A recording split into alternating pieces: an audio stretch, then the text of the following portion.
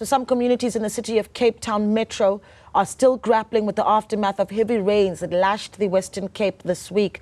While many have felt the impact, residents of informal settlements are the most vulnerable to nature's fury. The city says over 1,200 structures have been affected and sandbags are being distributed to those affected to mitigate the flooding. Newzroom Afrika's reporter Nasiphi Same joins us live. Nasiphi, a good morning to you. I mean, the focus now, of course, being on picking up the pieces for some of those vulnerable communities. Well, Naledi, nature's fury has had no mercy to various communities in the Western Cape. We saw the impact that it had on infrastructure in the greater Oudtshoorn region. And now in the metro, we understand just over 40 informal settlements throughout the metro have been impacted.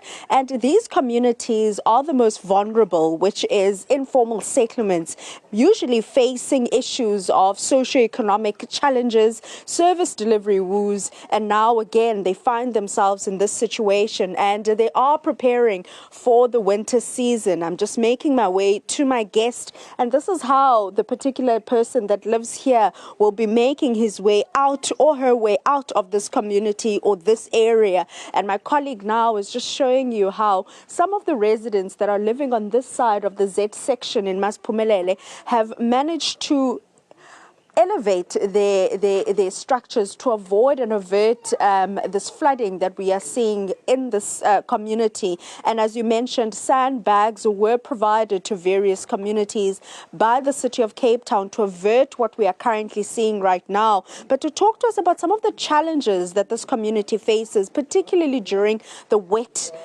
winter season, I'm joined by the community leader who is going to be detailing to us. But before we get into the adverse weather conditions, if you could talk to us about this land in particular. We understand that it is indeed a wetland, which obviously exacerbates the situation you find yourselves in.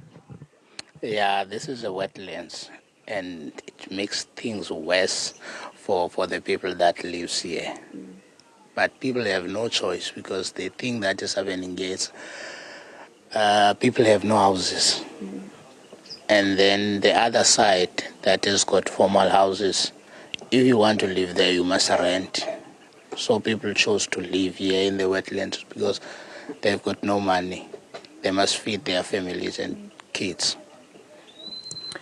And now, this past week, we saw the heavy rains pouring down in the Western Cape, informal settlements being the hardest hit by those rains. Do we know how many people have been impacted by the localized flooding in this section of Masiphumelele? You see, this Masiphumelele wetlands, it's these houses that are here, I think are more than 680 something.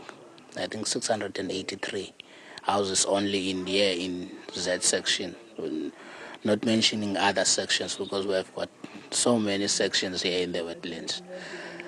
Yeah, about 1,400 people that lives here in Masiphumelele. So I think some 800 people that are affected now by this.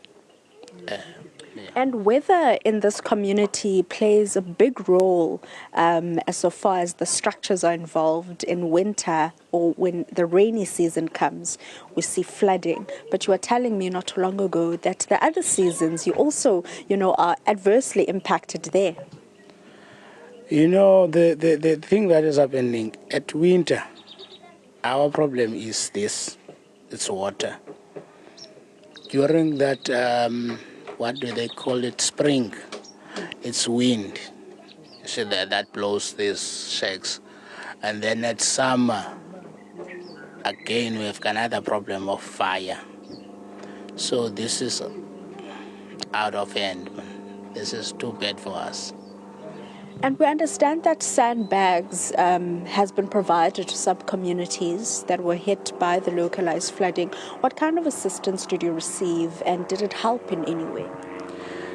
Yeah, we didn't get sandbags. The only thing that was delivered from us, it was trucks of sand, so people can take with gravers and stuff here in Mercy. So that is what we, as the assistance that we got from the municipality here. And then that doesn't help much because when it's raining, that sand is swept away with water, so you still live in that same condition that you were in before they give you a sand. And then the other thing that is, only yesterday we had gift of the givers came and give some blankets to the residents and to all the residents of the wetlands, and then and some kind of food. Yeah. We'll have to leave it there. Community leader here at the Z section. I'll just ask my colleague to show you once again how some residents have prepared for this winter season, taking into account that they have occupied a wetland. This is how some residents have managed to elevate their homes above the soil